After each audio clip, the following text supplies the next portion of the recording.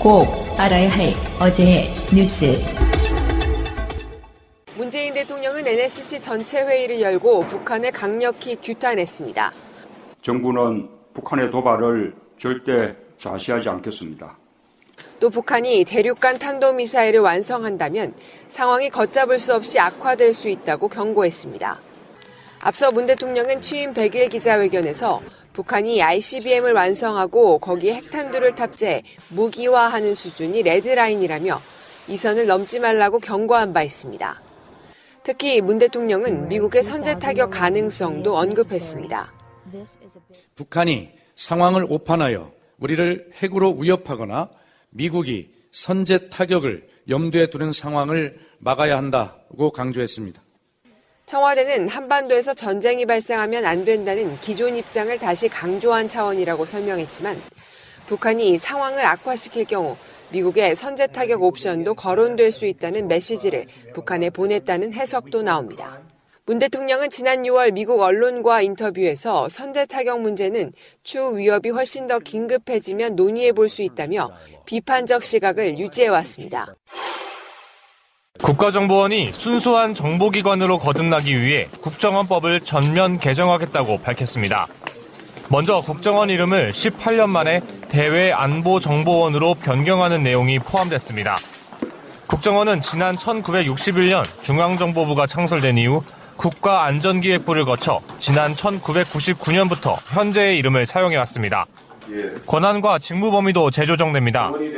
정치관여 등의 논란을 일으킨 국내 보안정보 개념을 삭제하고 위헌 논란이 계속된 국가보안법상 찬양고무죄와 불고지죄도 정보 수집 범위에서 제외됩니다. 대신 북한 정보와 방첩, 대테러, 방위산업과 경제안보 침해 등으로 정보 수집 범위를 구체화하기로 했습니다. 개정안은 또 정치관여 우려가 있는 부서를 다시 설치할 수 없도록 하고 불법 감청 등에 대한 금지 조항도 신설했습니다. 인권 침해 논란을 일으킨 대공수사권은 다른 기관에 이관되거나 폐지됩니다. 불법적 예산 집행을 막기 위한 통제도 대폭 강화됩니다. 국가정보원 예산 집행 단계에서 집행통제심의위원회를 설치하여 운영 및 사업계획 변경 또는 일정 규모 이상 예산 조정 시에는 정보위에 보고 절차를 보고하는 것으로 강화 방안을 갖다가 보고하였습니다.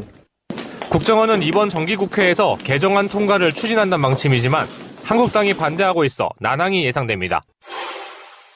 정세균 국회의장이 정례회동 이틀 만에 또다시 여야 원내 지도부를 불러 모았습니다. 더디기만 한 예산 협상을 서둘러달라고 재차 당부하기 위해서입니다. 금년에도 12월 2일 법정 시간 내에 예산안이 처리될 수 있도록 교섭단체의 지도부뿐만 아니라 의원들도 함께 힘을 좀 모아주셨으면 좋겠다. 하지만 여야는 여전히 평행선을 달리고 있습니다. 야권은 내년도 예산안이 공무원 증원과 최저임금 인상분 지원 등 무분별한 퍼주기로 점철됐다며 반드시 삭감해야 한다고 주장하고 있습니다. 특히 캐스팅 보트를 쥔 국민의당은 바른정당과 공조체제까지 구축하며 예산안을 부결시킬 수도 있다는 강수를 두었습니다. 30년간 327조의 천문학적 비용이 소요되는 공무원 증원, 이번 예산안에서 저희는 강력 반대입니다. 정부의 기본적인 기능의 범위를 벗어나는 이러한 예산 집행에 대해서는 저희가 원천 차단하겠다는 뜻을 명확히 하면서 민주당으로서는 곤혹스러운 상황입니다. 하지만 문재인 정부의 핵심 국정과제 이행이 이번 예산안에 달린 만큼 삭감할 수 없다는 태도를 고수하고 있습니다. 동시에 호남의 사회 간접자본 확충 사업을 국민의당과 공동 추진하기로 하는 등 국민의당의 지지 얻기에 공을 들이고 있습니다. 국민의 삶을 개선하는 일이라면 어떤 사안이라도 야당과 협의하고 협치의 정신으로 답을 찾는 국회가 되도록 최선의 노력을 다해 나가겠습니다. 여야의 견해차로 예산안의 법정 시한 내 처리가 힘들 거라는 전망이 고개를 드는 가운데 여야는 막판까지 물밑 협상을 벌일 방침입니다. 방송 중간에 좋아요를 눌러주시면 새날팀들에게 큰 힘이 됩니다. 미리 감사합니다. 트위터가 진짜 언론입니다. 북한이 미사일을 쏜 날 나오신 분들 소개해드리겠습니다. 문재인 정부 출범 후 북한 탄도미사일 발사 총 11번째 발사를 했습니다. 새가 날아든다의 1호 미사일 유명종님. 안녕하세요. ICBM 유명종입니다. 자, 2호 미사일 우리 야수님. 안녕하세요. 노동자 야수입니다. 노동자? 이게 뭐야? 네, 노동 1호라고 하려고 했는데 너무 빨갱이 느낌이 나서 그냥 노동자라고 했어요. 그냥 SLBM 정도 나올 줄 알았거든. 네, 노동 1호 정도는 해야죠. 네. 아, 그리고 미사일은 못 되고요. 새날에 박격포 60mm. 6mm 박격포. 완전 성공. 안녕하세요, 마차입니다. 웃기는 거 완전 성공. 참, 저는 푸른나무고요. 제 이름하여 이제 팟캐스트의 문재인이라고 부르고 있죠. 이제 받아들이기로 했어요. 축하드립니다. 감사합니다. 제도로서의 민주주의가 흔들리고 구타는 일은 이제 없습니다. 민주주의가 밥이고 밥이 민주주의가 되어야 합니다. 이게 잠잠하다 싶고 막 그럴 때 안 쏴. 장난치는 것 같은 그런 느낌. 쏠 때가 됐는데 안 쏴. 이게 이제 사람의 어떤 반전 효과 같은 건데 그래서 이제 안 쏠라나 보다 하고 온갖 평론들이 막 무지하게 쏟아져 나왔어요. 북한이 이제 더 이상 보일 게 없나 보다. 이게 지금 분위기가 너무 좋으니까 이건 옳지 않아. 그렇지. 이런 거지. 어쭈 이것들 봐라. 예. 이러면서. 이상은 개망난이의 말씀이었습니다. 사실 북한이 오래 참았죠. 75일 참았으니까. 근데 그 와중에 이제 2단 추진체를 개발을 한 걸로 보이고요. 그리고 사실 지금 미사일을 쏜 거는 지금 한국하고 미국하고 군사훈련이 12월에 예정이 돼 있거든요. 이게 지금 확인되지 않은 첩보에 따르면 팀스피리트 훈련이 아마 연기되거나 취소되고 올해 12월에 하는 훈련으로 대체될 거다라는 지금 이야기들이 돌고 있는데 그거에 따라서 김정은이도 그러면은 1월이나 2월에 쏘면 평창올림픽에 좀 문제가 되니까 미리 쏴야 되겠다. 그래서 아마 이게 11월 말에 쏜 거 아닌가. 그 뭐 연간 총량이 있는 거예요? 그렇죠. 1년에 15발 이상은 최소한 쏴야 된다. 뭐 이런 김정은 씨의 지침 같은 게 있는 건가? 그 북한의 미사일은 국제사회를 향한 시그널이니까 어느 때 적재적소에 쏴주느냐 이런 문제인데 사실은 평창올림픽에 대해서는 안 나와도 찌질한 거고요. 평창올림픽을 나오게 되면 미사일 쏘는 게 굉장히 쭈뼛해지는 부분도 분명히 있는 거예요. 그런 측면이 있는데 지금 쏜 미사일의 의미랄까 이런 건 핵무력을 완성했다 이거라고 지금 이야기하고 있는 거거든요. 우리는 이제 개발할 거 다 개발했어. 더 이상 보여줄 거 사실 없을 것 같은데. 지금 뭐 고도 4,500의 그 비행거리 직선거리로 한 약 1,000km 정도 날아갔다고 하는데요. 이게 ICBM으로 환산을 하면 적정 사거리로 쏘면 이게 10,000에서 13,000km까지 날아가서 워싱턴까지 타격이 가능하다고 하거든요. 그렇다고 봤을 때 일단은 핵 운반체는 완성했다. 북한 입장에서는 그렇게 자평도 하고 사실은 어느 정도 인정할 수밖에 없는 부분이고요. 이제 남은 건 하나죠. 실제 핵폭탄이나 수소폭탄을 실제 눈에 보이게 실험하는 거. 이거밖에는 지금 남지 않았는데 거기까지 가기는 쉽지 않을 것 같고요. 그러니까 일본 입장에서는 정말 섬찟할 것 같은 게 북한과 일본 사이에 바다에 떨어뜨리잖아요. 네. 이게 오조준만 돼도 이게 번토로 떨어지면 젖되는 거 아니야 이게. 네. 이름도 유명한 오호츠크해. 그리고 한 번은 그러니까 일본 영공을 넘어갔잖아. 네. 그렇죠. 그러면 진짜 기분 나쁘겠다. 김정은이가 이런 면에서는 마음에 들어요. 저희가 정부는 아닙니다만 그런 면에서는 뭐랄까 일본 애들을 간담을 서늘케 하고 있다는 부분에 있어서는 특히 아베가 괴로울 수만 있다면. 네. 이게 그러면 이번 미사일 발사는 아베 괴롭히기인가요? 그럴 수도 있죠. 근데 적대적 공생관계처럼 아베가 이번에 자기네들 선거에서 압승한 게 바로 북한 때문이잖아요. 그렇죠. 네. 그런 도움이 있었죠. 예전에 우리 대한민국의 그 독재자들이 주로 써먹던 적대적 공생관계를 지금 아베가 하고 있는 거예요. 유신도 적대적 공생관계에서 그러게 말이에요. 서로 간에 이렇게 짬짬이로 했던 것처럼. 그런데 웃긴 게 새벽에 저는 이 뉴스를 보면서 실시간으로 보고 있었거든요. 집에 들어갔는데 TV를 딱 켜니까 외국 방송을 보는데 뭐 노스코리아 미사일 런치 뭐 어쩌고 저쩌고 이렇게 나오는 거예요. 이게 뭐야? 그리고 연합뉴스를 틀었어요. 그랬더니 화면이 나오는데 막 이제 해설을 하는데 배경화면을 보고 깜짝 놀랐어요. 배경화면에 북한 인민군들이 훈련하는 화면이 나오는데 배경에 이런 현수막이 써져 있습니다. 매국노 명박이를 때려잡자. 그 동명이인이 그 동네에 있는 거 아닐까요? 근데 워낙 이명박이라는 이름이 워낙에 귀해서 그런 이름 자체가 대박이다. 그 명박이라는 이름이 요즘 그 유행하는 급식체로 읽으면 띵박이잖아요. 네. 예, 그런 그 흐름이 북한에는 없을까 하는 의심이 들었어요. 설마 저 군대 북한 인민군이 훈련하는데 명박이를 배경에 걸어놓고 전의를 붙여올 건가? 이야기가 너무 새는데 이야기 나온 김에 조금 더 얹자면 급식체의 원조는 엄행부예요. 그 명박이가 스스로 창조해낸 거잖아요. 그렇지. 자, 이야기를 미사일로 오셔야 됩니다. 이번 미사일의 두 가지 큰 특징이 있습니다. 북한이 하는 짓이야 우리가 분석해줄 의미가 거의 없는 거고요. 미사일이 발사된 후에 우리나라 정부의 대처를 보면 3시 17분에 미사일이 발사됐는데요. 그 이전에 어제부터 우리나라 정부의 국정원과 국방부, 청와대에서는 이미 발사 조짐을 읽고 준비를 하고 있었어요. 추적 중이었고요. 두 가지 징조가 나타났다고 합니다. 하나는 X밴드 추적 레이더를 계속 가동 중이었고요.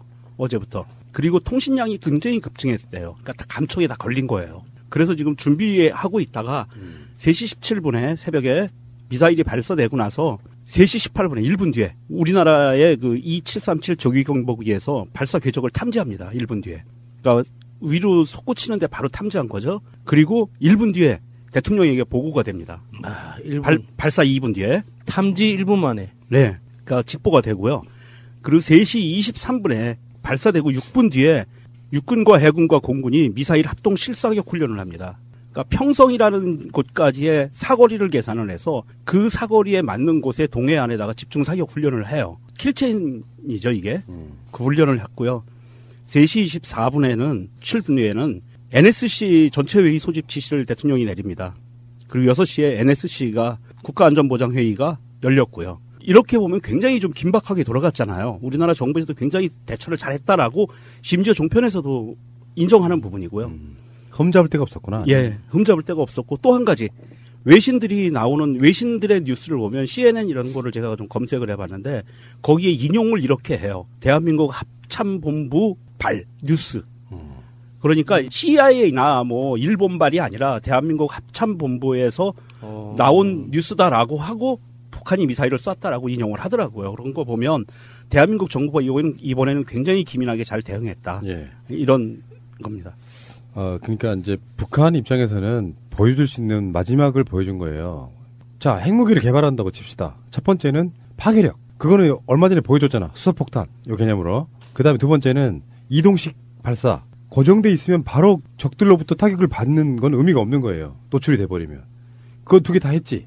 그러면 결론적으로 말해서 이제 미국 본토까지 보내는 거. 네. 성공이다 아니다 여러 가지 말들이 많은데 이게 고도 올린 거 그게 4,500km고 예상 비행거리가 약 960km라고 하니까 이걸 환산을 해보면 그냥 길쭉하게 쐈을 때 13,000km 정도. 예, 최대 13,000. 그게 이제 미국 본토에 완전히 진입하는 건데. 뉴욕이나 워싱턴까지 가는 거죠. 이렇게 주장하는 거죠 지금. 예. 북한은 우리가 쐈다 이렇게 주장하는 건데 그럼 더 이상 보여줄 게 없잖아. 이제 사람을 태우는 건가?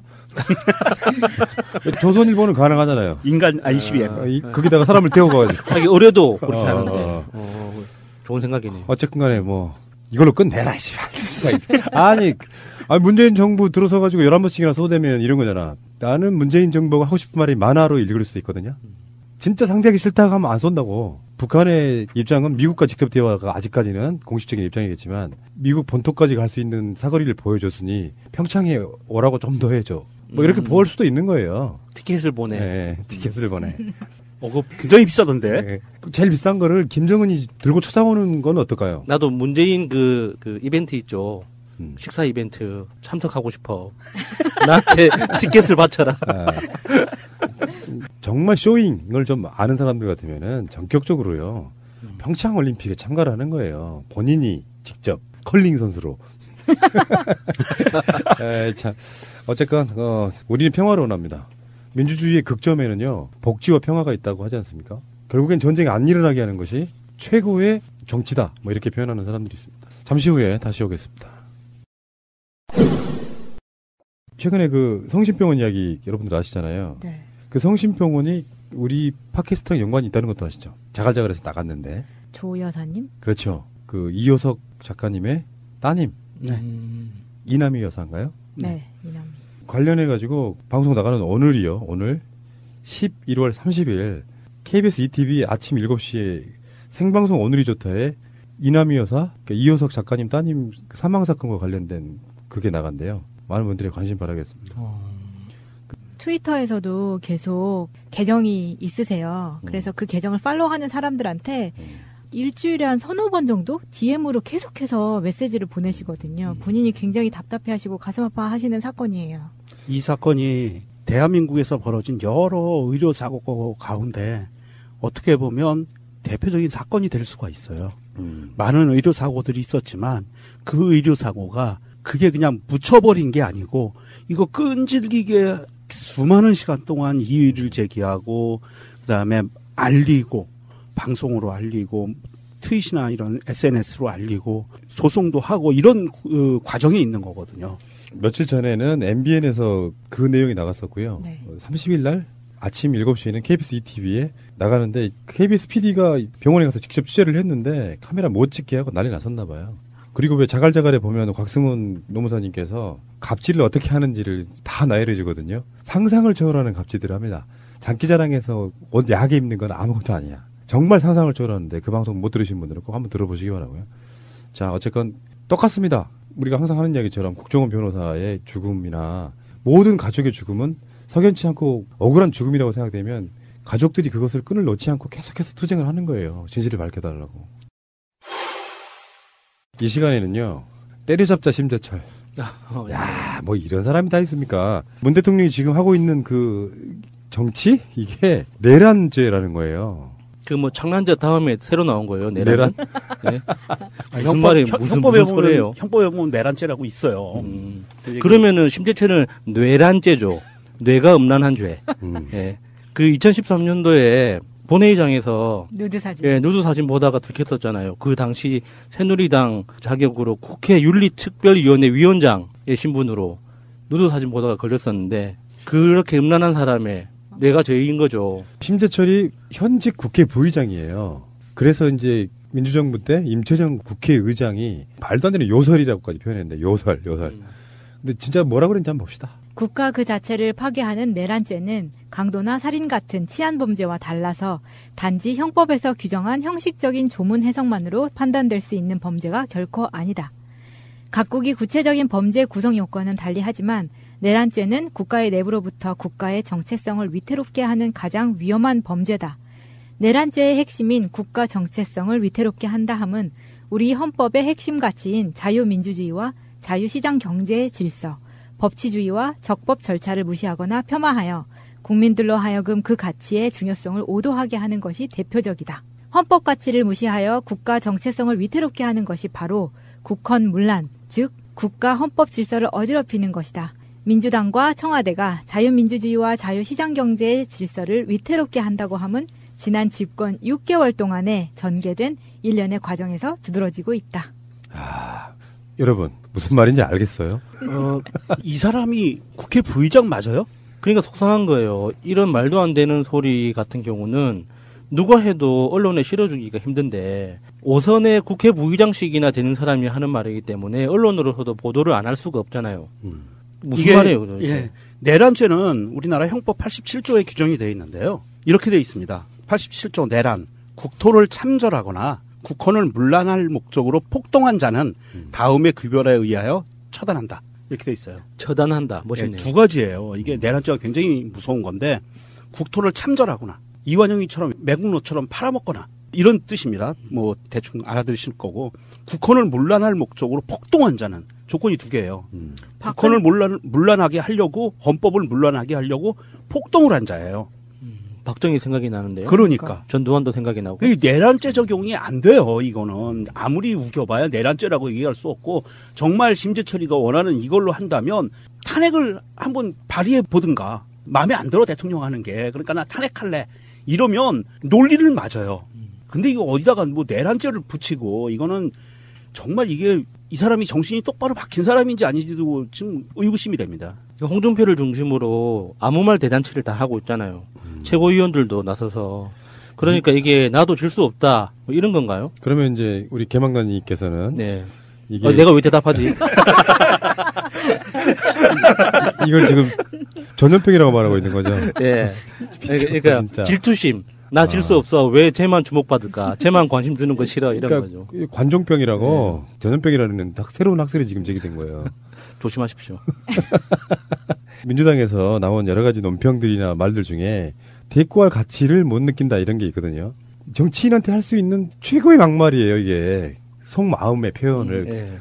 막말이라는 형식을 비리진 않았지만 대꾸할 가치를 못 느끼고 이런 분이 국회 부의장이라는 사실이 같은 정치인으로서 정말 부끄럽다. 요거잖아. 맥락도 없고 의미도 없고 어떤 정보가 담아있지도 않고 그냥 뜬금없이 근데 이 사람이 국회 부의장이기 때문에 요수가 되는 거예요. 그렇죠. 예를 들면 김학철이가 가끔씩 그런 얘기 하잖아요. 문재인 대통령을 뭐 탄핵해야 된다고 막 하면서 하는 그런 수준보다 더 떨어지는 수준이에요. 내란죄를 왜 갖다 붙이는데 물론 문재인 정부의 적폐청산에 대한 심재철식의 답인데 어저께 검찰도 그런 얘기를 했어요. 이제 이를테면 국정원 이야기할 때 국정원의 공작 정치를 뿌리를 뽑겠다는 것이다. 이런 식으로 이렇게 표현을 했었거든요. 범죄란 말이에요, 범죄. 정반대로 지금 이렇게 물타기 하는 건데 내란죄는 국가의 내부로부터 국가의 정체성을 위태롭게 하는 가장 위험한 범죄다.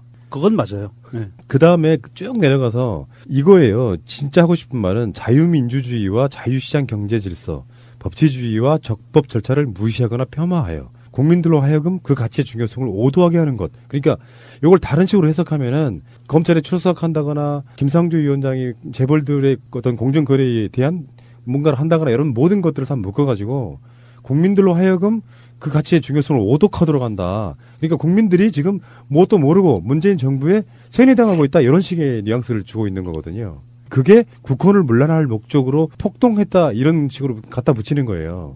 근데 정말 맥락 자체는 하나도 없지 않아요.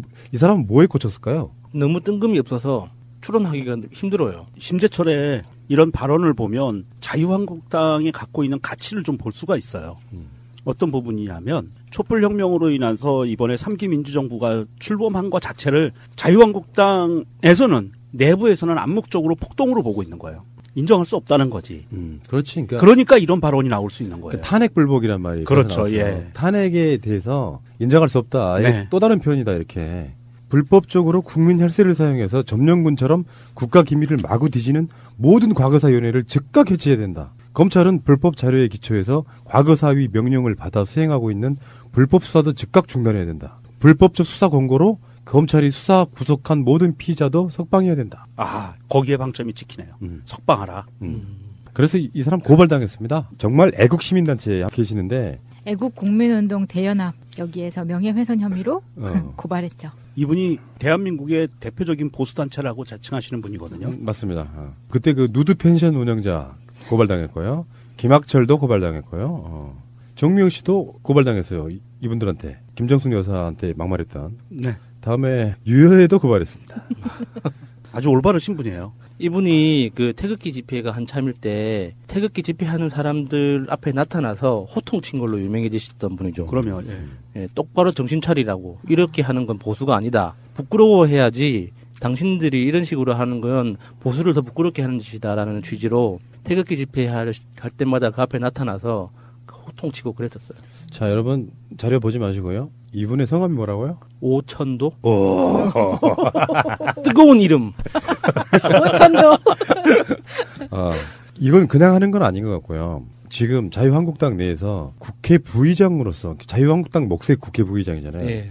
부의장으로서 어떤 존재감을 막 드러내야 되는 상황. 자기의 목적성. 지금 고발당하고 온갖 비난이 쏟아지는 거를 알고 감수하고서도 저지른다는 거는 다른 의미의 정치적 목적이 있다 저는 그렇게 보거든요. 아, 원내대표 선출 관련해서 무슨 알력싸움 같은 아니, 걸로. 국회 부의장이 원내대표로 갈 이유는 없죠. 사실은 급이 더 낮는 거고. 제가 봤을 때는 홍준표 낙마 이후에 당대표 출마를 염두에 둔 사람 것처럼 보여요. 홍준표가 만약에 낙마를 하게 되거나 그러면 지금 어떻게 될지 모르잖아. 간당간당한 상황에서 원래 당대표들이 지금 2년씩이죠.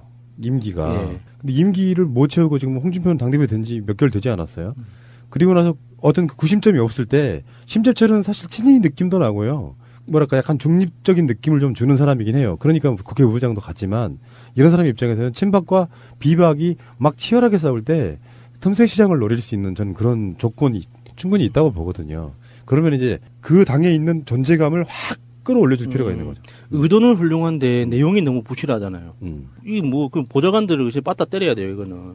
그러니까 내년 5월달, 6월달 정도 되면 네. 20대 국회 1기가 끝나잖아요. 2년 됐으니까. 그러면 지금 현재가 11월달이니까 국회의장 내려놓는 것도 7개월 정도밖에 안 남은 거예요. 6, 7개월. 그럼 그 다음에 진로를 모색해야지. 저는 그렇게 좀 보고요. 자, 그 다음에 자유한국당 시옷 리을 기획 초선 게임. 시옷 쓰레기. 이거 똑똑해라. 한 번씩 맞추셨네요. 이 레기 같은, 요즘에 말도 조심하라고 많은 분들이 굉장히. 쓰레기. 이 판표 같은. 홍준표의 이름이 페이스북에 거론되고 막 이런 재밌는 사건이 하나 있었어요. 그냥 간단히 말하면 홍준표가 페이스북에다가 내가 이름을 홍판표에서 홍준표로 왜 바꿨는지 그 이야기를 썼는데 그 이야기를 쓰게 된 배경을 좀 이제 이야기를 할게요. 뭐냐면은 정우택 이후에 원내대표 경선이 돌입을 했는데 홍준표 입장에서는 친박이 아니기 때문에 밀고 있는 인물이 김성태입니다. 그렇게 알려져 있죠. 김성태를 밀고 싶은데 쪽수로는 친박이 훨씬 많잖아요. 친박 중에는 뭐 지금 이따가 다시 나오겠지만 한성교, 이거 죄송합니다. 발음 똑바로 하셔야 돼요. 예, 알겠습니다.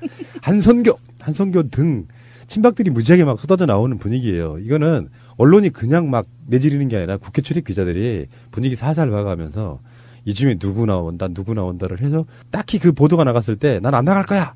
라고 말하지 않는 이상 마음속에 계속 저울질하고 있는 거야. 3선, 4선급 되는 국회의원들이. 그 중에 분위기가 너무 이제 극단적인 친박 쪽으로 가니까 범친박이라고 불리우는 이주영 씨가 세월호 사건 때 해수부 장관이었잖아요. 네. 그 이주영 씨가 이제 성격이 좀 무난한가 봐. 그래서 친박 쪽에서 이주영을 미는 분위기가 좀 되고 이런 분위기가 좀 있고 아직 판세는 잘 몰라요. 요건 엄청나게 발품을 판다면서요.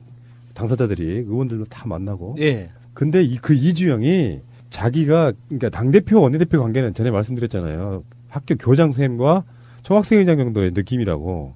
당대표가 권한이 막강한 거죠, 사실은. 당 전체로 보면.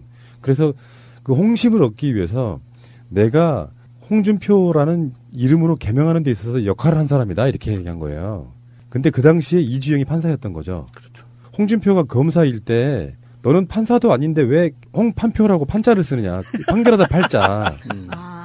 그래서 그 이름을 즉석에서 바꿨는데 그 당시만 해도 이름 개명하는 게 어려웠대요. 근데 보통 지방이나 어디 내려가면요. 검찰청하고 법원이 붙어 있어요. 그렇죠. 다 자기들끼리 그냥 같이 어울리고 그렇게 놀아요. 특혜, 사실은 그게 특혜지. 특혜를 받아가지고 이름을 바로 개명해 준 건데 그것을 실제로 지휘한 사람은 당시에 청주 지법원장 하던 윤용호 법원장.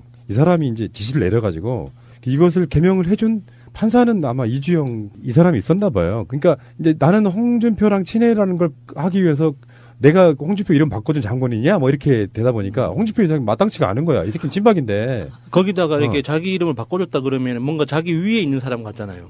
그 느낌 자체가 내가 제 이름 내가 바꿔줬어 그러면 기분 안 좋죠. 뭔 소리야? 네가 바꾼 거 아니야? 이렇게 지금.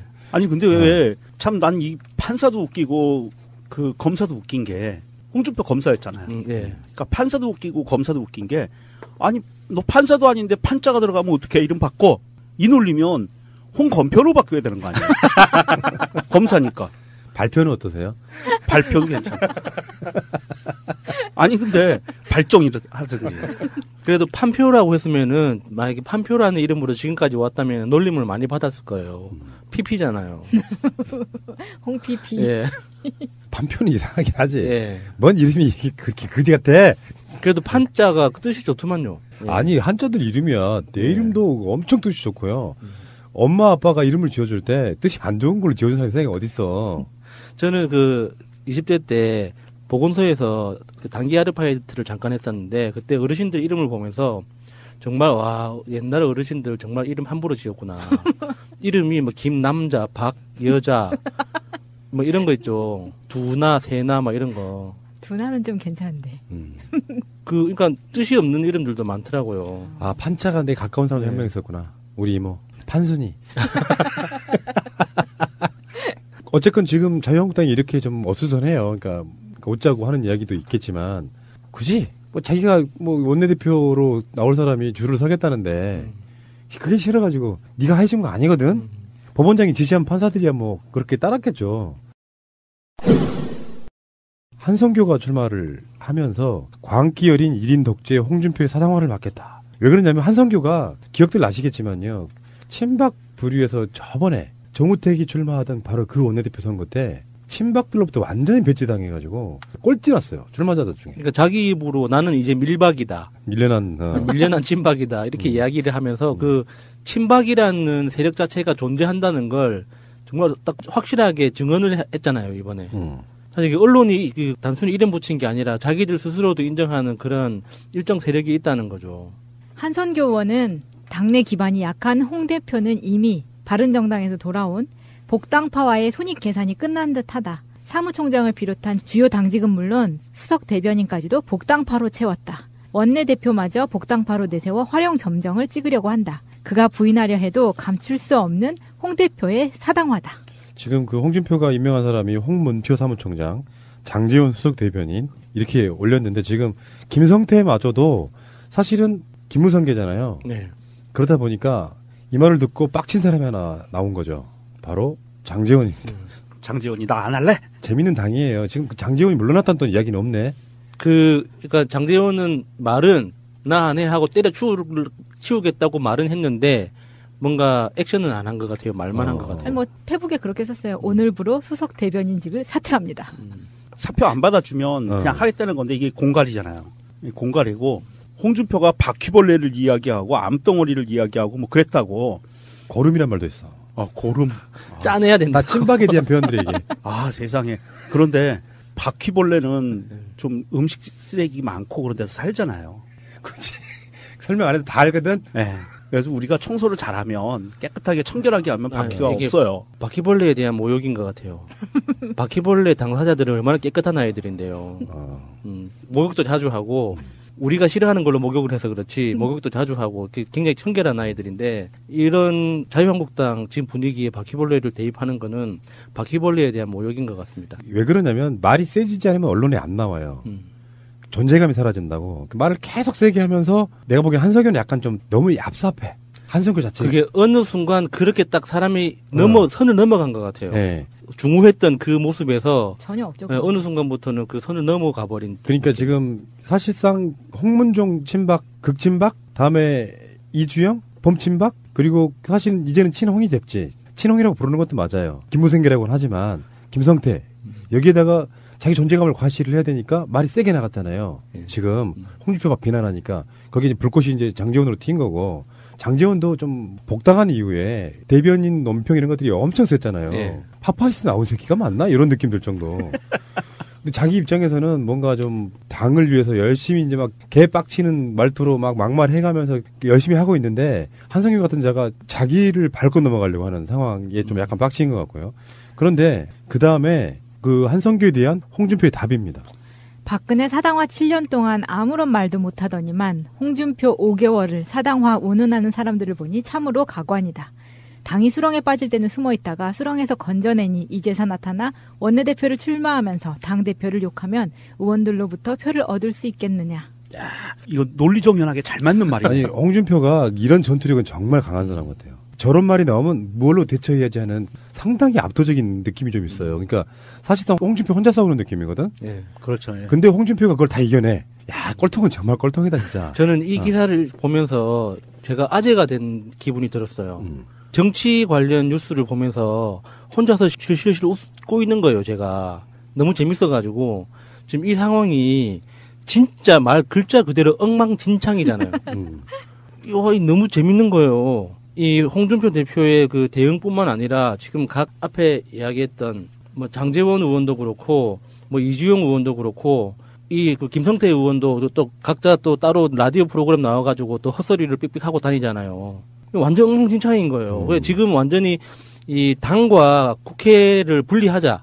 이 국민의당하고 비슷한 분위기로 가고 있는 거죠. 실질적으로는 나눠져 있는 거잖아요. 그런데 이렇게 생각하는 거 보면은 아까 우리가 정신 똑바로 박힌 사람이다라는 말을 했잖아요. 근데 이 사람이 한 말에 똑같이 문재인 정부의 입장에서 말을 바꿔보면 어떻게 들리는지 한번 들어보세요. 박근혜 국가 사유화 7년 동안 아무런 말도 못하더니 문재인 6개월을 사유화, 정치 보복 운운하는 사람들을 보니 참으로 가관이다. 나라가 수렁에 빠질 때는 숨어 있다가 수렁에서 건져내니 이제서 나타나 욕을 하면 의원들로부터 표를 얻을 수 있겠느냐. 그래서 저는 이 홍준표의 이 글을 보면서 느낀 게 그거예요. 아, 나 앞으로 이제 홍준표 응원해야지. 자유한국당의 홍준표는 내 마음이 간다. 일당백으로 싸우니까 응원해줘야 될 것 같아요. 이게 이제 이재희 전법인데, 근데 사실 홍준표를 키우면 안 돼요, 또. 홍준표가 자유한국당을 완전히 장악하면 훨씬 힘은 커집니다. 친박들이라도 홍준표를 물고 뜯어줘야 총구가 이쪽으로 향하기가 힘들어지는 거예요. 사람도 질량불변의 법칙이 있잖아요.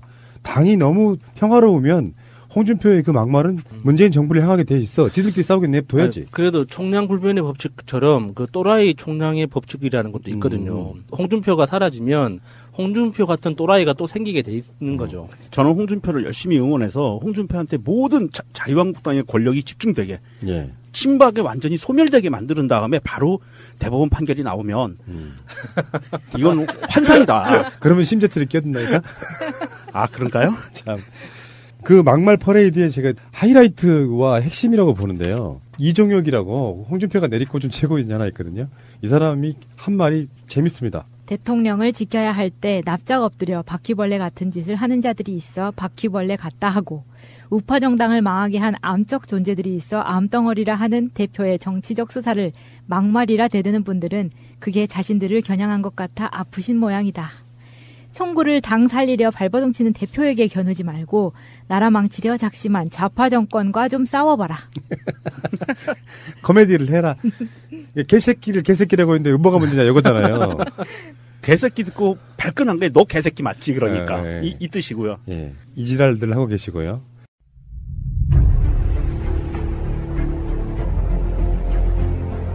국민들은 국가의 존재 이유가 무엇이냐고 물었습니다. 어려울 때 국가가 든든하게 지켜주고 있다는 믿음을 주어야 합니다. 그것이 국가의 존재 이유입니다. 또 하나의 적폐야당 하나 있습니다. 국민의당 당대표실에 벽에다가 혹시 보셨어요 그거? 아직 좀 못 봐요. 사진 못 잠깐만요. 좀 상상만 해도 너무 자 리드 좀 합시다 좀. 당대표실 벽에다가 국민의당이 회초리를 걸어놨기, 회초리 그림하고 뭐라 말하면 문구를 써놨어요. 국민의 마음이 풀릴 때까지. 근데 이게 회초리로 때려달라는 건지 국민의 마음이 풀릴 때까지 때린다는 건지 헷갈리더라고요. 아이고 국민들 오세요. 안철수가 때려드립니다. 국민의당이 이 회초리도 이 대나무 회초리예요. 마디가 4개짜리인데 어우 맞으면 아플 것 같은데. 정말 풀릴 때까지 맞겠다는 각오를 했으면 회초리가 아니라 몽둥이를 넣었어야죠. 정말 때려드리고 싶네요, 진짜. 이 그림이 걸려있는 거를 보니까 나는 그게 생각나요. 야, 이 새누리당이 쓰던 전술을 전법을 그대로 갖다가 100% 베껴서 쓰는구나, 이 사람들. 확실히 뭔가 있다. 새누리당이 어떤 위기에 처하면 반드시 뒤에다 그림으로 정치를 했잖아요.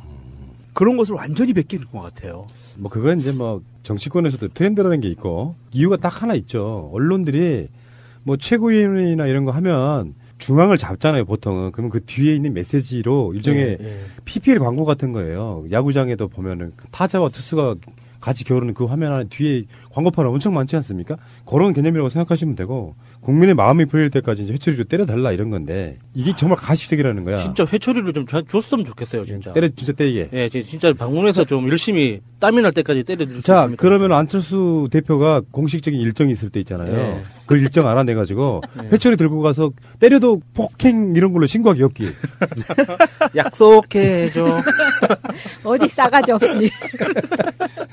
그 최재성 위원장 나와서 그 인터뷰하는 걸 들어보면 선거에 대피하거나 그래가지고 지도부가 왕창 물러나고 거기에 비대위원회를 만들고 꼭 비대위원회에 강력한 힘을 가진 혁신위원회를 만들잖아요. 그렇게 해서 사실 진짜로 혁신을 하는 게 아니고 국민들한테 우리 이렇게 반성하고 있어요라고 쇼잉을 한번 보여주잖아. 근데 더불어민주당은 대선에도 이겼고 뭔가 잘 나가고 있지만 더 잘 나가기 위해서 정당 발전위원회라는 걸 만들어서 소위 혁신을 하는 그걸 하겠다는 건데, 이게 혁신을 위한 어떤 동력이 사실 떨어지는 건 사실이라 좀 더 힘들어 보이는 건 사실이에요. 잘 나가고 있는데 안 먹히는 거야, 말이 씨가. 야, 적당히 하자, 잘 나가고 있는데 이런 분위기겠지만 이 사람들은 지금 그런 거잖아요. 제대로 된 반성도 없어. 아무것도 없어. 잘 봅시다. 안철수가 대선 후보가 되고 나서 문준용 조작 사건 났었잖아요. 대선이 끝나고 나서 박주선 비대위원장 취재로 갔는데 도대체 뭘 혁신했는지 전혀 감도 없는 상태에서 뜬금없이 안철수가 당대표 출마하고 있다 그래서 일단 당이 한번 출렁했잖아. 당신 너무 무렴치하다 이런 거였잖아요. 네. 그리고 나서 그 사이에 안철수가 무슨 국회에서 당시 김희수 소장 부결시키고 이럴 때 자기한테 무슨 국회 결정권이 있는 것처럼 또 이야기를 하고 그러면서 요소요소마다 사실 문재인 정부에 대한 어마어마한 막말을 퍼부으면서 존재감만 가시겠단 말이에요. 그런데 왜 비문 느낌이란 건 그런 것 같아요. 예전에 그러니까 문재인 대표 시절에 또는 그러니까 18대 대선 후보로서의 문재인 비문들 입장에서는 뭔가 좀 잘못할 것 같은 생각으로 문재인 대통령이 못하는 측면으로 자기가 보이는 거를 국민을 대변해주면 자기의 존재감도 커지고 국민들 박수를 받을 줄 알았단 말이에요. 근데 최근에 가장 최악으로 나오고 있죠. 4.5% 정도 나와요. 당 지지율이. 네. 그러니까 이것은 사실은 더 이상 밑바닥으로 빠질 수 없는 안철수 쪽 입장에서는 어쩔 수 없는 궁여지책이라고 보는 거죠. 이제 와서 회초로 때려달라고 그러는 거예요. 너무 처절해 보이기도 하고 그런데 푸나님 말씀처럼 첫 단추부터 잘못된 거죠. 이 대선 패배에 책임을 져야 하는 사람들이 자기들이 수습하겠다고 나서가지고 지금까지 끌고 오고 있는 거잖아요. 이런 해처리를 들어서 때려주십시오라고 할 말 정도는 안철수가 대표 시작할 때쯤 뭐 한다거나 이런 그렇죠. 시기가 있는 건데요. 폐악질은 다 해놓고 지지율이 밑바닥을 기니까 이제서야 회초리로 때려줘서 이렇게 하고 있는 거거든요. 안철수 대표가 학생이나 이제 살아오면서 회초리로 이제 종아리에 피가 날 때까지 맞아본 경험이 없나 봐요. 그러니까 저렇게 때려달라는 말을 쉽게 하죠. 그렇죠. 맞아본 사람은 절대 저런 말 쉽게 못 하거든요. 그러면 안 맞으려고 노력하지. 저런 말 못 하고요. 국민의당에서는 이게 뭐 사랑의 매라고 해서 이게 국민의 마음이 풀릴 때까지 때려주십시오라는 이미지가 아니고 이 사람들이 주장하는 것은 그냥 소통하겠다. 이 정도 의미예요. 그러니까 이걸 주도하고 있는 사람이 이것도 이벤트인데 박인준 전 화이트 커뮤니케이션 대표라고 하는 사람. 새누리당에 그 당시 이름이 이제 기억도 안 난다. 그만뒀지 그 빨간 색깔 막 도용했던 바로 에이스 침대. 네. 아 이름 생각 안 나네요. 애청자 여러분 댓글. 근데 이 사람을 이제 영입을 해가지고 지금 이 이벤트를 하는 건데 지금 회초리가 끝이 아니고요. 떼수건, 효자선 이런 걸로. 효자선은 알겠죠? 무슨 의미? 효자선도 때리는 거 아니에요? 저는 그걸로 맞았는데. 네. 효자선이 두 가지 정도죠. 하나는 가려운 데 긁어주고 뒤집으면 맞는 거고. 떼수건은 뭘까요? 근데 어떤 그 떼수건으로 때리는 거 아니에요? 그래 물에 적셔가지고 때리면 아파요. 적폐의 때를 밀어내겠다. 나름대로 자기들의 그 생각은 마인드는 적폐는 아닐 것 같고 용어는 그렇게 안 쓸 거야. 자기들이 적폐니까 자기를 밀어내면 안 되지. 이 사람들이 하는 말 있잖아요. 이 사람들이 쓰는 용어 있잖아요. 신적폐라는 말을 만들어내서 쓰잖아요. 자유한국당하고 같이. 그거를 할 것 같기도 자, 맞춰봐요. 자, 이걸로 맞추는 걸로 하면 이제 이 방송을 끝낼게요. 어떤 거요? 떼수건에는 어떤 카피를 쓸 것인가? 떼수건. 애청자 여러분, 같이 참여하십시오. 구정치를 떼수건으로 밀어내고 새정치를 앞당기자. 아, 좋은데? 묵은 때 벗겨내고, 그렇죠. 뭐 이런 거. 아, 근데 새정치가 아직도 맥힐려나? 시기도 시기지만, 예를 들면 좀 보수적 느낌이 나는 국민의당이 이제서야 이런 걸 걸면은 이게 묵직하게 느껴지는 게 아니고, 그렇다고 뭔가 찡그하게 느껴지는 것도 아니고, 약간 너무 언바란스한 느낌 안 나요? 떼수건 걸고, 회초리 걸고, 효자선 걸고. 저는 개인적으로 안철수, 김동철 두 사람을 이렇게 국회에서 일하는 거를 직접 봤기 때문에 너무 가식적이라는 그렇죠? 게 느껴져서 싫어요. 그런 모습들이. 떼수건 생각났습니다. 그걸로 마무리하겠습니다. 피가 날 때까지 벗겨드리겠습니다. 벗겨주십시오. 완전한 대한민국 문재인과 손잡고 다시 하는 우리 대한민국. 끊지 마세요. 끊지 마세요. 네, 오늘 당신은 신을 믿습니까라는 주제로 이렇게 하게 돼서 제가 사실 그 종교 얘기는 사실 좀 민감한 얘기긴 합니다. 그래서 저도 사실은 고민을 좀 했어요. 근데 나는 어떤 색깔을 할까? 방송적으로 이게 뭐 유리할지 불리할지 저는 모르겠는데 어쨌든 저는 신이라는 하나님이라는 존재를 좀 믿고 있어요. 왜 이 얘기를 하냐? 저는 이 얘기를 할 수밖에 없습니다. 왜냐면 그만큼 저는 이제 신을 두려워하는 사람이거든요. 내가 신을 부정하면 안 된다고 생각하요. 그러니까 여기서조차도 나는 얘기해야겠구나. 나를 표현을 해야 되는 거예요. 내가 그 존재를 부정할 수가 없어요. 나한테 마이너스가 된다고 하더라도. 사랑의 하나님도 있지만 무서운 하나님도 같이 있어요. 그래서 아까 전에 얘기하실 때 그런 음란행위적인 것 때문에 부딪힌다. 아니, 충분히 이해가 돼요. 왜 자비를 자유라고 말 못해요? 그렇죠. 왜 음란이라고? 음란행위 통틀어서 그거 자체가 그러니까 자유 플러스 다른 것도 있으니까. 그러니까 예. 그래서 그거에 대한 것도 사실은 가치관이 흔들리기도 하고 여러 가지로 하나님을 믿는다는 게 너무 힘들다, 어렵다, 충분히 느낍니다. 그러니까 저는 이제 이걸 이렇게 해결했죠. 어떻게 봤냐면, 자, 공부를 열심히 해서 서울대 가야 되는 건 맞아요. 그죠? 공부 열심히 하면 가는 거 알잖아요. 근데 열심히 안 하잖아요. 똑같다고 생각합니다. 이렇게 머릿속에는 있어요. 근데 내가 그걸 행동으로 안 하고 있어요. 지금 이리 씨가? 전 잘 안 해요. 저는 사실은 예전에 근데 좀 뜨거웠던 시절도 있었기 때문에 한번 이제 제가 왜 이렇게 됐는지에 대한 걸 좀 얘기를 하자면, 그래서 저는 사실 경험을 했느냐 안 했느냐. 경험 많이 해보신 것 같아요. 그러니까 이론적인 게 아니라 정말 약간 내가 좀 어떤 신이란 존재가 진짜 있구나라고 좀 어느 정도 느낌을 받았던 경험을 좀 하자면, 이거는 저는 모르는 영역, 우리 어머니가 해준 얘기 중에 하나가 뭐였냐면, 제가 어렸을 때 이제 그 고안에 물이 많이 찼어요. 아기 때. 갓난 아기 때. 쉽게 얘기해서 이제, 그러니까 고안을 좀 풀어서 하면 더 이해하기 쉬울 텐데. 불알. 예. 아기 때니까 뭐 이렇게 야해 보이지 않잖아요. 그냥 아기 때니까. 불알에 이렇게 물이 차는 거예요. 그래서 병원 가서 이제 그거를 주사기로 빼는 거예요. 아기 그 정도로요? 때. 그러면은 이제 막 울고 난리가 나는 거예요. 근데 또 물이 차. 한 일주일 있으면 또 차요. 그럼 또 엄마가 병원 데리고 가고 또 거기 딱 주사기 껴가지고 물을 빼요. 또 차면은 수술해야 된다고. 그러니까 이제 어머니가 겁이 너무 많이 나셔갖고 갑자기 이제 저 때문에 막 교회를 열심히 다니셨어요. 저 아기 때 이제 데리고 막 새벽 기도 가시고 막 철야 예배 가시고 주일 예배 가시고 막 그렇게 기도를 하셨어요. 그리고 나서 제가 교회 엄마 나가신 지 한 2주인가 되고 나서 아침에 이렇게 소변을 보는데 그 물이 쫙 빠지더래요. 소변과 함께. 그러니까 불알이 탁 붙은 거예요. 그래가지고 엄마가 너무 놀래가지고 신기하다. 하나님이 고쳐줬다고 이제 동네 분들한테 이제 제 불알을 보여주기 시작했어요. 그래갖고 제 불알만 보면은 그냥 다 교회 다니셨어요. 불알 전도사였어. 어렸을 때. 불알 전도사. 이거 막 까는 순간 할렐루야 하면서 다 교회 가시고 하실 거니까. 그래서 왕왕이 알랄 돌아가네. 알랄 돌아가. 그 당시만 해도. 그래서 불알 전도사 시절에 어렸을 때부터도 벌써 이렇게. 사실 성기에 관련된 부분이지만 이걸 또 은혜롭게 승화시킨. 저하고는 다르네요. 다릅니다. 이거는 오히려 전도용이었습니다. 네, 저는 혼자만의 쾌락을 위해 살고 그렇게 쾌락으로 썼다면 저는 전도용으로 사용했었고 어렸을 때부터. 그리고 이제 아기 때 이제 어머니가 이제 그 이후도 데리고 다녔는데 이제 아장아장 걸어 다닐 때쯤 돼서는 어머니가 기도 드리고 있는데 그때 여의도 쪽으로 다니셨어요. 그래서 아기 때 제가 이제 엄마 기도하는 동안 기어가지고. 서울에서 태어났어요? 네. 얼굴 보면 아시잖아요. 서울 사람인지. 그런 거 같아요. 그래서 아기 때 이렇게 기어가가지고 그 당시에 여의도에 막 자전거 타는 광장이었단 말이에요. 인라인 스케이트 타고. 근데 아기가 기어가지고 광장까지 기어갔대요. 아기 때. 어머니 이제 교회 이렇게 하느냐고 정신 없을 때 아기가 기어서 간 거예요. 근데 찾으러 이제 나오셔가지고 딱 저를 봤을 때가 이제 택시가 저를 이렇게 딱 쳐가지고 제가 차 밑에 깔린 걸 엄마가 딱 본 거예요. 그래서 우리 일이 어떡하냐고 큰일 났다고 해갖고 근데 발이 안 떨어지더라는 거예요.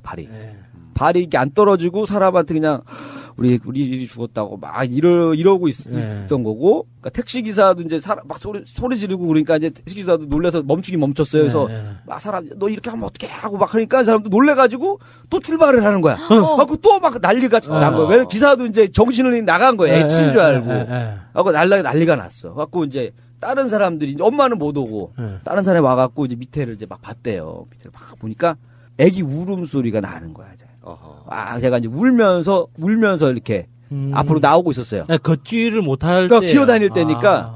그러니까 이게 이것도 신의 은혜인 게 제가 코가 좀 높았었으면 코라도 긁혔을 텐데 코를 낮게 만들어 주셔가지고 차 밑에 깔려도 안전하게 다 예상하시고 어쨌든 저는 그런 경우가 또 어렸을 때 차는 저는 기억이 안 나요. 근데 어머니가 얘기해 주셔서 기억하는 거 중에 이제 그게 2개가 있었고 근데 그리고 나서 이제 사실은 이제 믿음 생활 어머니가 안 하셨어요. 아버님이 너무 힘들게 하셔가지고 이제 교회를 이제 안 다니고 그냥 이제 저한테 뭐 가라 뭐 얘기도 안 하시고 그냥 저는 이게 이러다가 이제 그렇게 해서 이제 초등학교 때 어렸을 때는 그렇게 지낸 거죠. 초등학교 때는 친구 따라 간 거예요 교회를.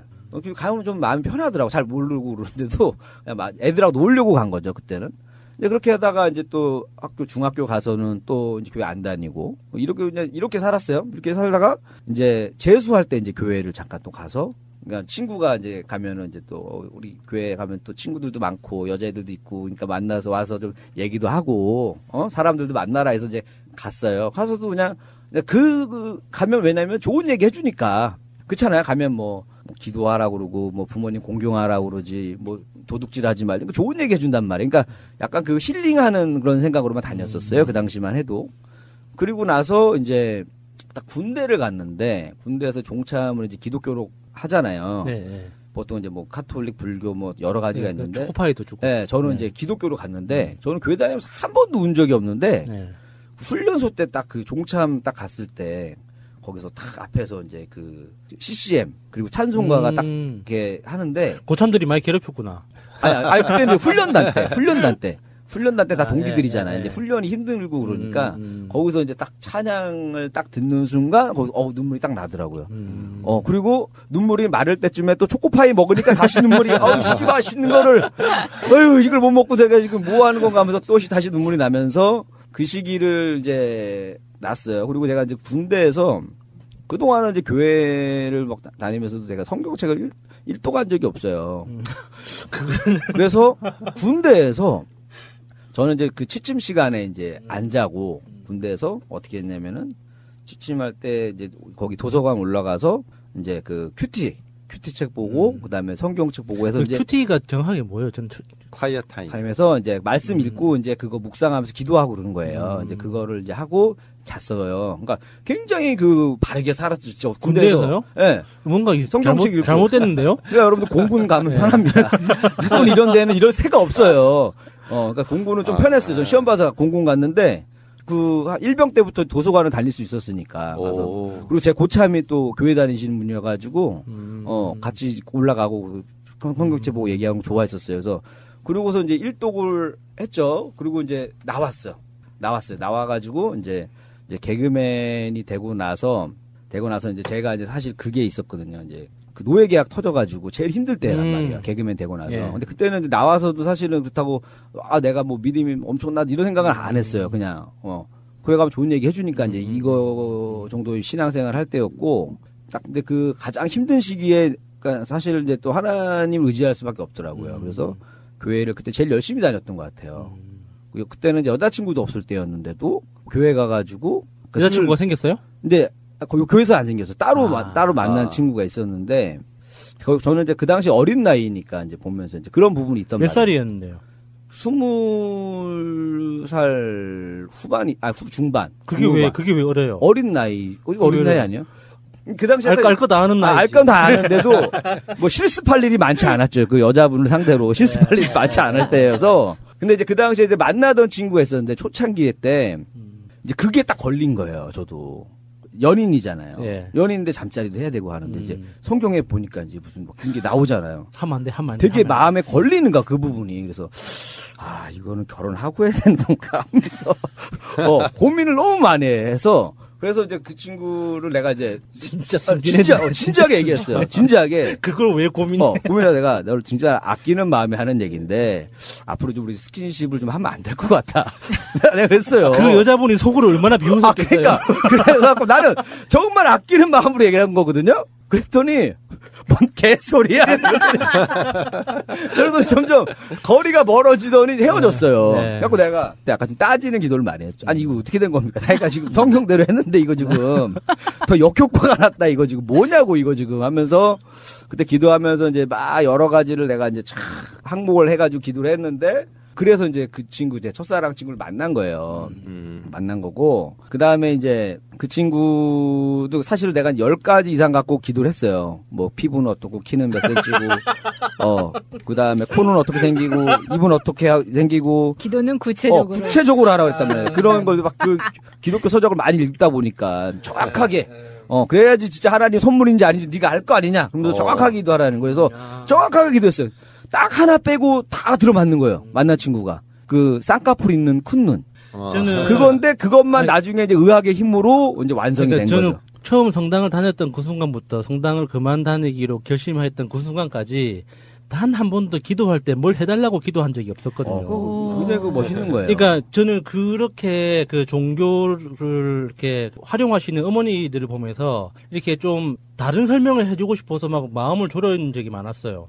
이게 우리가 신을 믿고 하느님을 믿고 예수님을 믿으면 좋은 일이 많이 생기죠. 네. 근데 그게 나를 위해서 생기는 게 아니거든요.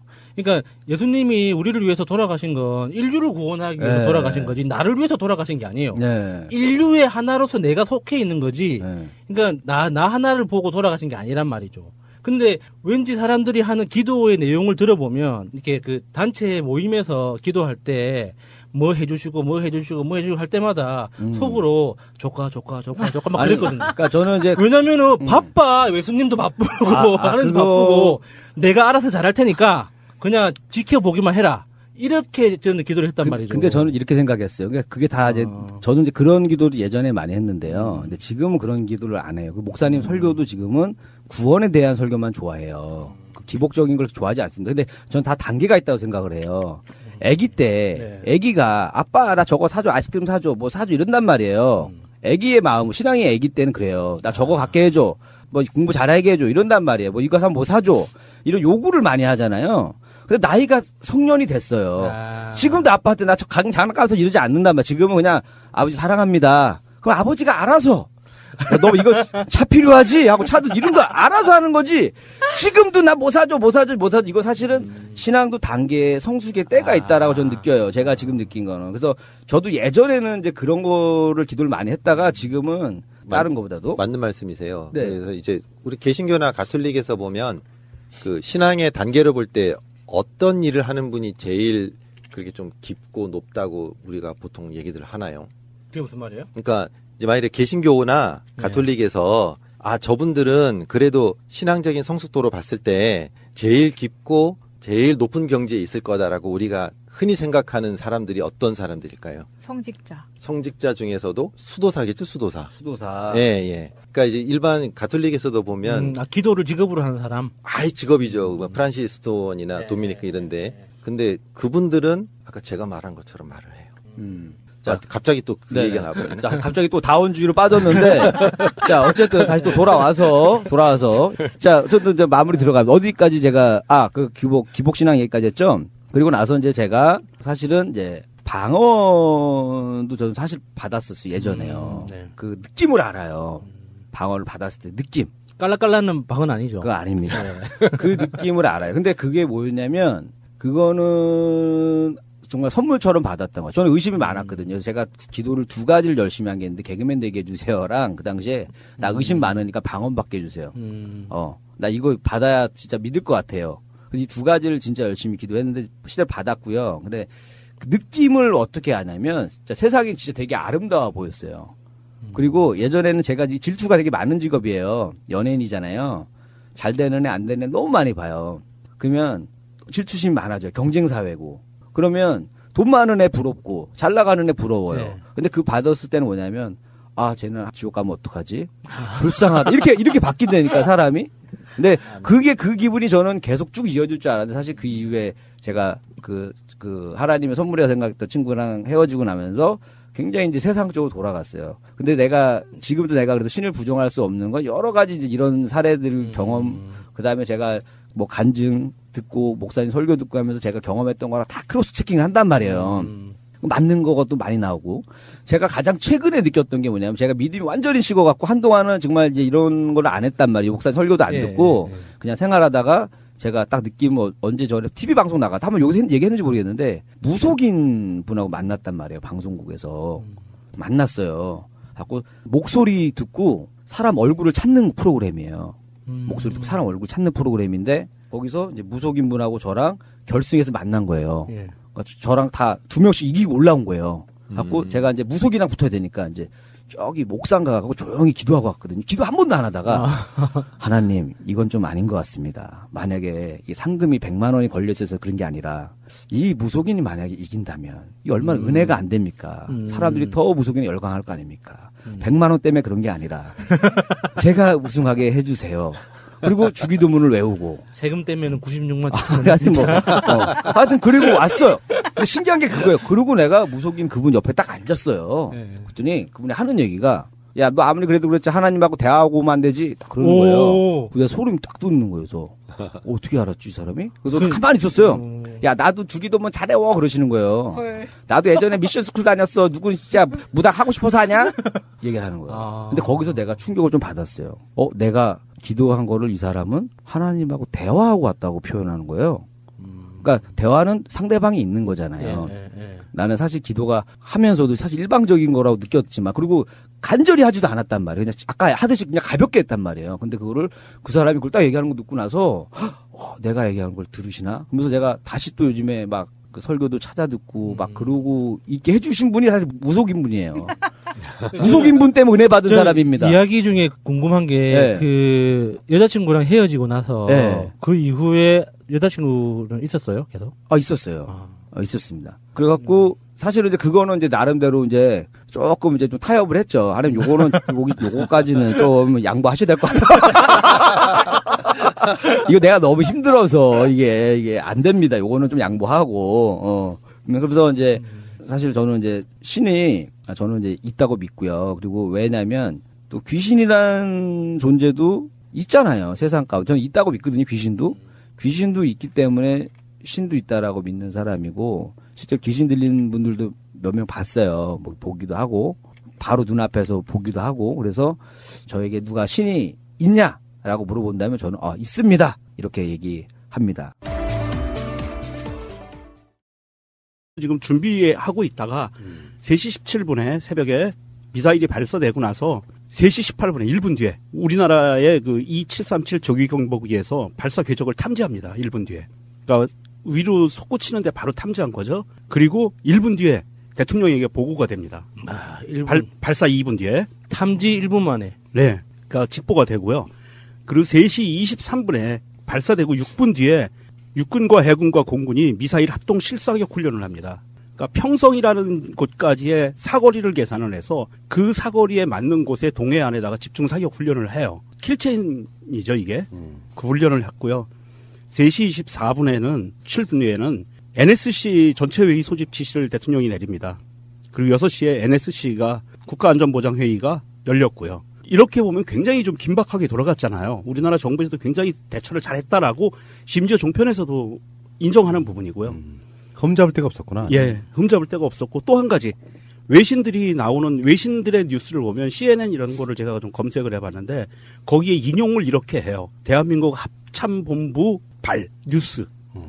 그러니까 CIA나 뭐 일본발이 아니라 대한민국 합참본부에서 나온 뉴스다라고 하고 북한이 미사일을 쐈다라고 인용을 하더라고요. 그런 거 보면 대한민국 정부가 이번에는 굉장히 기민하게 잘 대응했다. 이런 겁니다. 그러니까 이제 북한 입장에서는 보여줄 수 있는 마지막을 보여준 거예요. 자, 핵무기를 개발한다고 칩시다. 첫 번째는 파괴력. 그거는 얼마 전에 보여줬잖아. 수소폭탄. 요 개념으로. 그 다음에 두 번째는 이동식 발사. 고정돼 있으면 바로 적들로부터 타격을 받는 건 의미가 없는 거예요. 노출이 돼버리면. 그거 두 개 다 했지. 그러면 결론적으로 말해서 이제 미국 본토까지 보내는 거. 성공이다 아니다 뭐 여러 가지 말들이 많은데 이게 고도 올린 거 그게 4,500km고 예상 비행거리가 약 960km라고 하니까 이걸 환산을 해보면 그냥 길쭉하게 쐈을 때 13,000km 정도. 예, 최대 13,000. 그게 이제 미국 본토에 완전히 진입하는 건데. 뉴욕이나 워싱턴까지 가는 거죠. 이렇게 주장하는 거죠 지금. 예. 북한은 우리가 쐈다 이렇게 주장하는 건데 그럼 더 이상 보여줄 게 없잖아. 이제 사람을 태우는 건가? 조선일보는 가능하잖아요. 인간 ICBM. 거기다가 사람을 태우고 가지고. 하기 어려도 그렇게 하는데. 좋은 생각이네요. 어쨌든 간에 뭐 이걸로 끝내라 씨발. 아니 문재인 정부 들어서 가지고 11번씩이나 쏘대면 이런 거잖아. 나는 문재인 정부가 하고 싶은 말이 만화로 읽을 수 있거든요. 진짜 상대하기 싫다고 하면 안 쏜다고. 북한의 입장은 미국과 직접 대화가 아직까지는 공식적인 입장이겠지만 미국 본토까지 갈 수 있는 사거리를 보여줬으니 평창에 오라고 좀 더 해줘. 뭐 이렇게 볼 수도 있는 거예요. 티켓을 보내. 네, 티켓을 보내. 그거 굉장히 비싸던데. 네. 제일 비싼 거를 김정은이 들고 찾아오는 건 어떨까요? 나도 문재인 그 이벤트 있죠. 식사 이벤트 참석하고 싶어. 나한테 티켓을 바쳐라. 정말 쇼잉을 좀 아는 사람들 같으면은 전격적으로요. 평창 올림픽에 참가를 하는 거예요. 본인이 직접 컬링 선수로. 참. 어쨌건, 우리는 평화를 원합니다. 민주주의의 극점에는요, 복지와 평화가 있다고 하지 않습니까? 결국엔 전쟁이 안 일어나게 하는 것이 최고의 정치다. 뭐 이렇게 표현하는 사람들이 있습니다. 잠시 후에 다시 오겠습니다. 최근에 그 성심병원 이야기 여러분들 아시잖아요. 네. 그 성심병원이 우리 팟캐스트랑 연관이 있다는 것도 아시죠? 자갈자갈해서 나갔는데. 조 여사님? 그렇죠. 그 이효석 작가님의 따님. 네. 비용이 소요되는 공무원 증원. 이번 예산안에서 저희는 강력 반대입니다. 정부의 기본적인 기능의 범위를 벗어나는 이러한 예산 집행에 대해서는 저희가 원천 차단하겠다는 뜻을 명확히 하면서 민주당으로서는 곤혹스러운 상황입니다. 하지만 문재인 정부의 핵심 국정과제 이행이 이번 예산안에 달린 만큼 삭감할 수 없다는 태도를 고수하고 있습니다. 동시에 호남의 사회 간접자본 확충 사업을 국민의당과 공동 추진하기로 하는 등 국민의당의 지지 얻기에 공을 들이고 있습니다. 국민의 삶을 개선하는 일이라면 어떤 사안이라도 야당과 협의하고 협치의 정신으로 답을 찾는 국회가 되도록 최선의 노력을 다해 나가겠습니다. 여야의 견해차로 예산안의 법정 시한 내 처리가 힘들 거라는 전망이 고개를 드는 가운데 여야는 막판까지 물밑 협상을 벌일 방침입니다. 방송 중간에 좋아요를 눌러주시면 새날팀들에게 큰 힘이 됩니다. 미리 감사합니다. 트위터가 진짜 언론입니다. 북한이 미사일을 쏜 날 나오신 분들 소개해드리겠습니다. 문재인 정부 출범 후 북한 탄도미사일 발사 총 11번째 발사를 했습니다. 새가 날아든다의 1호 미사일 유명종님. 안녕하세요. ICBM 유명종입니다. 자, 2호 미사일 우리 야수님. 안녕하세요. 노동자 야수입니다. 노동자? 이게 뭐야? 네, 노동 1호라고 하려고 했는데 너무 빨갱이 느낌이 나서 그냥 노동자라고 했어요. 그냥 SLBM 정도 나올 줄 알았거든. 네, 노동 1호 정도는 해야죠. 네. 그리고 미사일은 못 되고요. 새날에 박격포 60mm. 6mm 박격포. 완전 성공. 안녕하세요, 마차입니다. 웃기는 거 완전 성공. 참, 저는 푸른 나무고요. 제 이름하여 이제 팟캐스트의 문재인이라고 부르고 있죠. 이제 받아들이기로 했어요. 축하드립니다. 감사합니다. 제도로서의 민주주의가 흔들리고 구타는 일은 이제 없습니다. 민주주의가 밥이고 밥이 민주주의가 되어야 합니다. 이게 잠잠하다 싶고 막 그럴 때 안 쏴. 장난치는 것 같은 그런 느낌. 쏠 때가 됐는데 안 쏴. 이게 이제 사람의 어떤 반전 효과 같은 건데. 그래서 이제 안 쏘려나 보다 하고 온갖 평론들이 막 무지하게 쏟아져 나왔어요. 북한이 이제 더 이상 보일 게 없나 보다. 이게 지금 분위기가 너무 좋으니까 이건 옳지 않아. 그렇지. 이런 거지. 어쭈 이것들 봐라. 예. 이러면서. 이상은 개망난이의 말씀이었습니다. 사실 북한이 오래 참았죠. 75일 참았으니까. 근데 그 와중에 이제 2단 추진체를 개발을 한 걸로 보이고요. 그리고 사실 지금 미사일을 쏜 거는 지금 한국하고 미국하고 군사훈련이 12월에 예정이 돼 있거든요. 이게 지금 확인되지 않은 첩보에 따르면 팀스피리트 훈련이 아마 연기되거나 취소되고 올해 12월에 하는 훈련으로 대체될 거다라는 지금 이야기들이 돌고 있는데 그거에 따라서 김정은이도 그러면은 1월이나 2월에 쏘면 평창올림픽에 좀 문제가 되니까 미리 쏴야 되겠다. 그래서 아마 이게 11월 말에 쏜 거 아닌가. 그 뭐 연간 총량이 있는 거예요? 그렇죠. 1년에 15발 이상은 최소한 쏴야 된다. 뭐 이런 김정은 씨의 지침 같은 게 있는 건가? 그 북한의 미사일은 국제사회를 향한 꼭 알아야 할 어제의 뉴스. 문재인 대통령은 NSC 전체 회의를 열고 북한을 강력히 규탄했습니다. 정부는 북한의 도발을 절대 좌시하지 않겠습니다. 또 북한이 대륙간 탄도미사일을 완성한다면 상황이 걷잡을 수 없이 악화될 수 있다고 경고했습니다.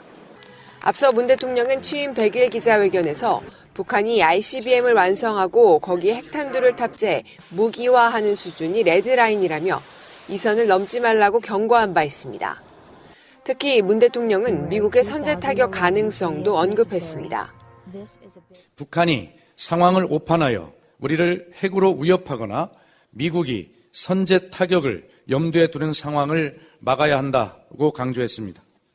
청와대는 한반도에서 전쟁이 발생하면 안 된다는 기존 입장을 다시 강조한 차원이라고 설명했지만 북한이 상황을 악화시킬 경우 미국의 선제 타격 옵션도 거론될 수 있다는 메시지를 북한에 보냈다는 해석도 나옵니다.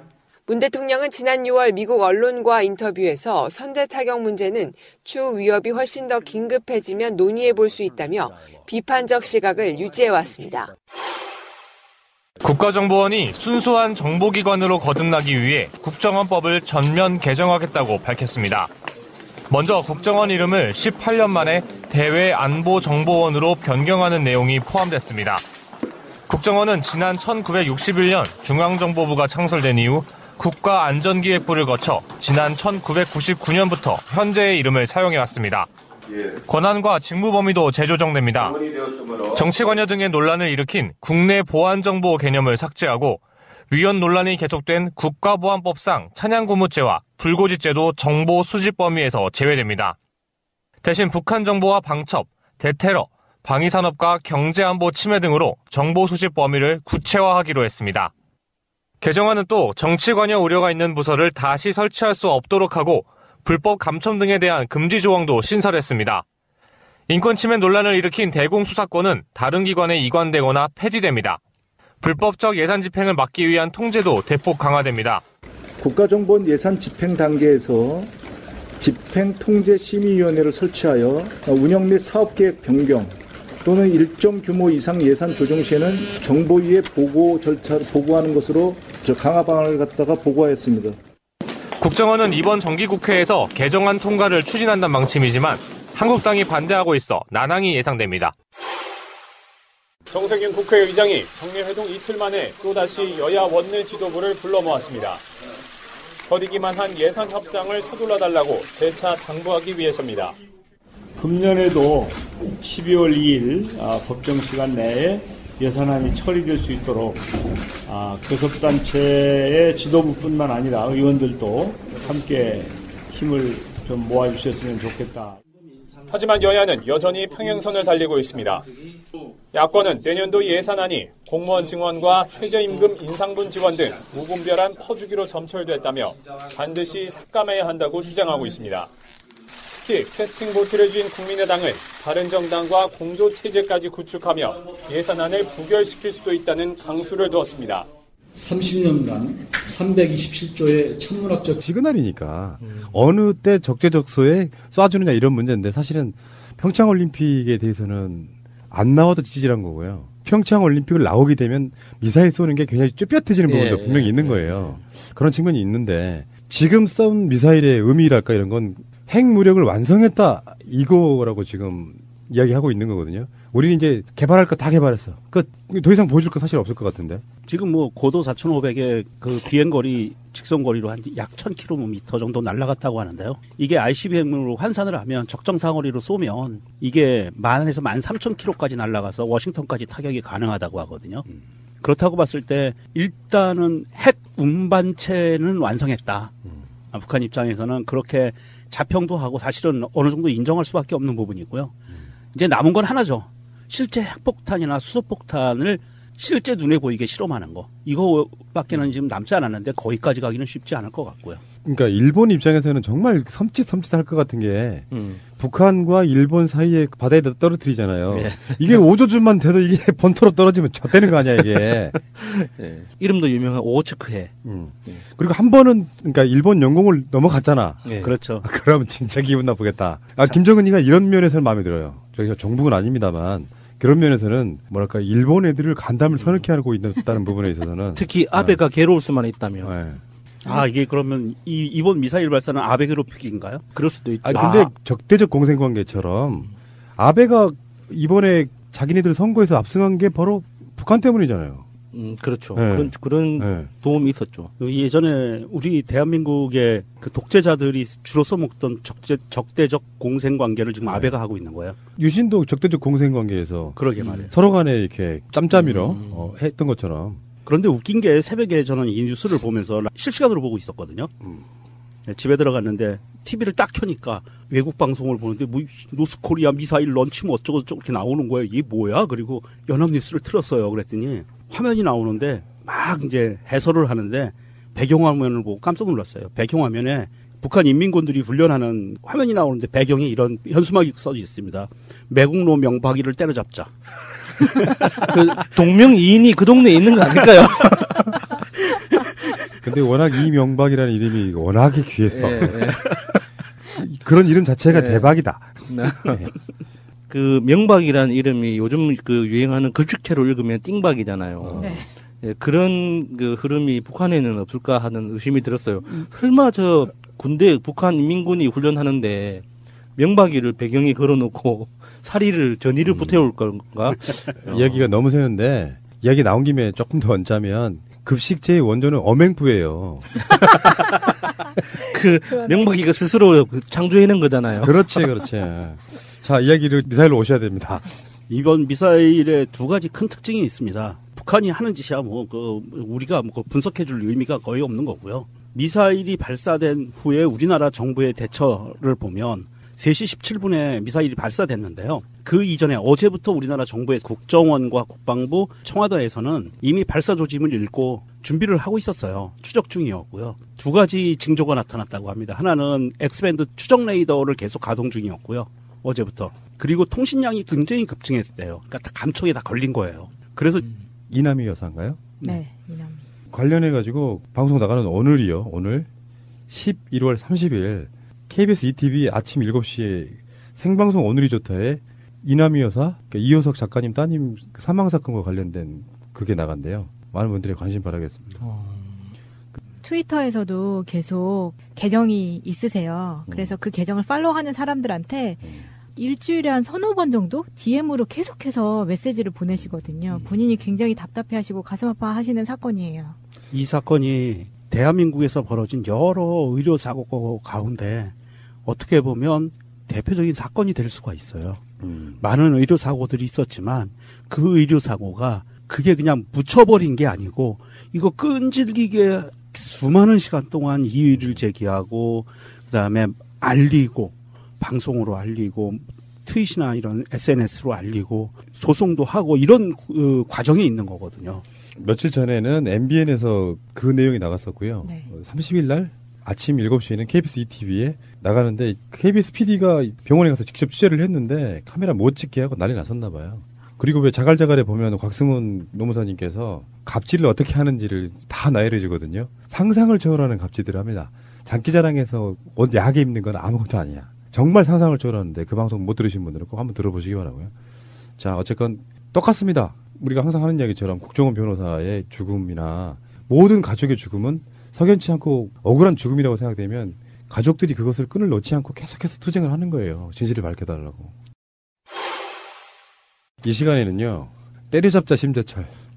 야, 뭐 이런 사람이 다 있습니까? 문 대통령이 지금 하고 있는 그 정치? 이게 내란죄라는 거예요. 그 뭐 창란죄 다음에 새로 나온 거예요. 내란? 네. 무슨 말이 무슨 소리예요? 형법에 보면 내란죄라고 있어요. 그러면은 심재철은 뇌란죄죠. 뇌가 음란한 죄. 예.